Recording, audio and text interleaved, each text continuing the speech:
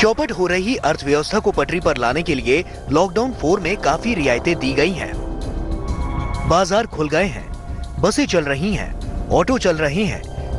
ऐसा लग रहा है कि सामान्य जनजीवन पटरी पर लौटने की कोशिश कर रहा है, लेकिन कोरोना संक्रमण के मोर्चे पर इसका उल्टा असर देखने को मिल रहा है।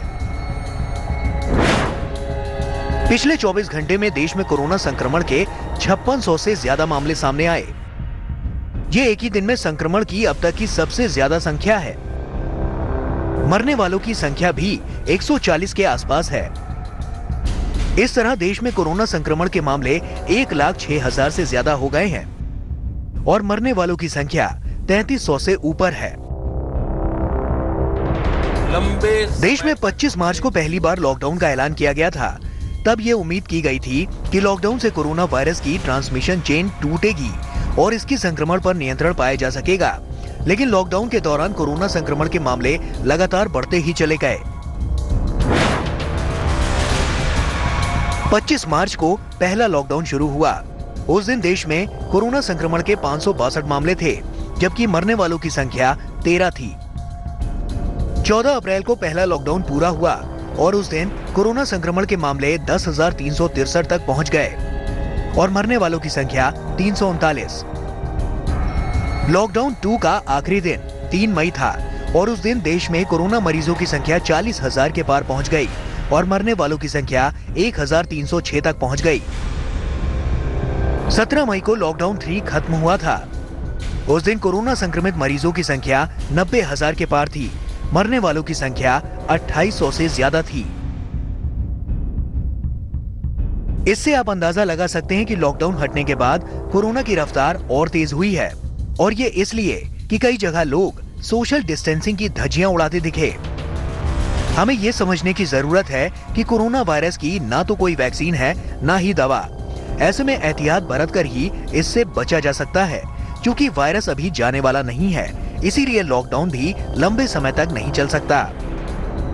ऐसे में जरूरी है कि हम एहतियात बरतें।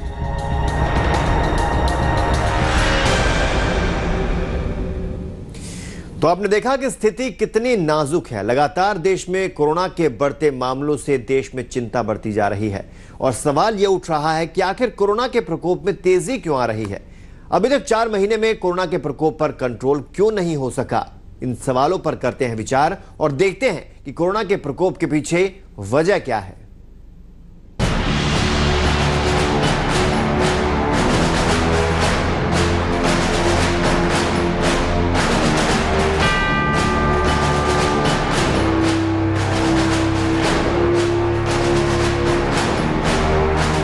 कोरोना के प्रकोप से देश में मचा है हाहाकार। लॉकडाउन के बावजूद लगातार महामारी का वायरस लोगों को कर रहा है बीमार और साथ ही साथ बहुत से लोगों की जान जा रही है।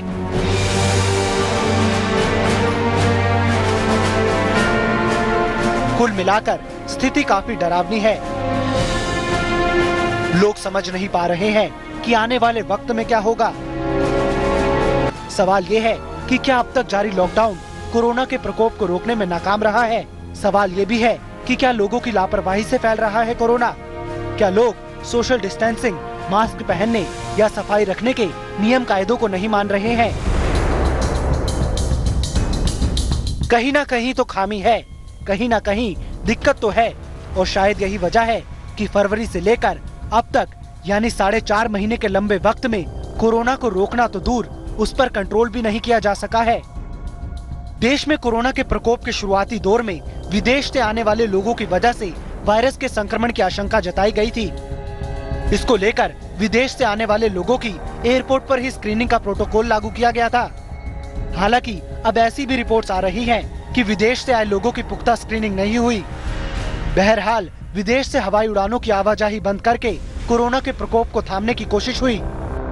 हालांकि कोरोना का प्रकोप फिर भी नहीं थमा और ऐसा होने की खास वजह भी मानी जा रही है और ये वजह है देश के कोने कोने से प्रवासी लोगों और मजदूरों का अपने अपने पुश्तैनी इलाकों की ओर पलायन। हालात को देखते हुए केंद्र के अलावा तमाम राज्य सरकारें और अन्य संबंधित एजेंसियों ने प्रवासियों को उनके मुकाम तक पहुंचाने और क्वारंटीन में रखने की व्यवस्था तो की है, लेकिन वो नाकाफी साबित हो रही है। यही वजह है कि ना तो सही तरीके से कोरोना के संक्रमण का पता चल पा रहा है और ना ही कोरोना के संक्रमण को फैलने से रोका जा सका है। ऐसे में स्थिति बिगड़ती ही जा रही है और अब हालत ये है कि देश के उन इलाकों में भी कोरोना का प्रकोप फैलने लगा है जहां कुछ दिन पहले तक उसका नामो निशान नहीं था। ये स्थिति बेहद खतरनाक है और इसकी वजह से ऐसा लग रहा है कि घर घर में फैल सकता है कोरोना।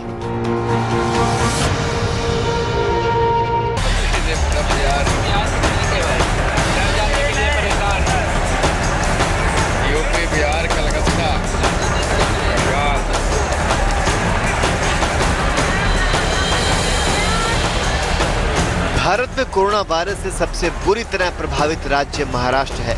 महाराष्ट्र में भी सबसे ज्यादा करहा रही है राजधानी मुंबई। ऐसे में रेलवे स्टेशन पर सोशल डिस्टेंसिंग की धज्जियां उड़ाती ये भीड़ केवल प्रशासन की नाकामी की कहानी नहीं कह रही, बल्कि ये भी बता रही है कि महानगरी पर कैसा खतरा मंडरा रहा है। इस तरह की भीड़ से कोरोना संक्रमण और तेजी से फैल सकता है।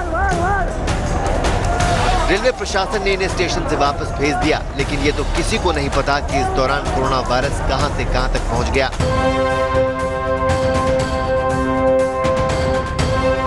केंद्र के फैसले से पहले ही मुंबई समेत पूरे महाराष्ट्र में लॉकडाउन 31 मई तक के लिए बढ़ा दिया गया था। लॉकडाउन 4 में मुंबई में कोई ढील नहीं दी गई है। इसके बावजूद इतने लोगों की भीड़ का उमड़ पड़ना लॉकडाउन की सारी कोशिशों पर पानी फेरने जैसा है। बांद्रा रेलवे स्टेशन पर उमड़ी भीड़ की वजह से कोरोना संक्रमण का खतरा और बढ़ गया है। भीड़ में कोई सोशल डिस्टेंसिंग नहीं होती, कईयों के चेहरे पर तो मास्क भी नहीं थे। ऐसे में इन्होंने खुद को तो खतरे में डाला ही, दूसरों के लिए भी शायद खतरा बने हो। रोजगार गंवा चुके और 2 वक्त की रोटी के लिए तरस रहे इन प्रवासी मजदूरों पर दोहरी मार पड़ी है। उन्हें घर जाने के लिए साधन नहीं मिल रहा, ऊपर से उनके कोरोना संक्रमित होने का खतरा बढ़ गया। ऊपर से पुलिस के डंडे बरस रहे हैं वो अलग।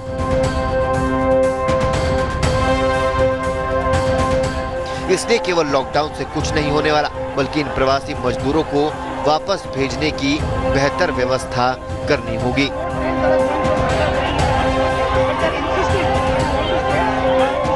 लॉकडाउन 4 में राज्यों ने कई रियायतें दी हैं, लेकिन इसके लिए जरूरी है कि कोरोना संक्रमण से बचने के उपाय किए जाएं। चलिए आपको दिखाते हैं कि कुछ राज्यों में कैसी रियायतें दी गई हैं।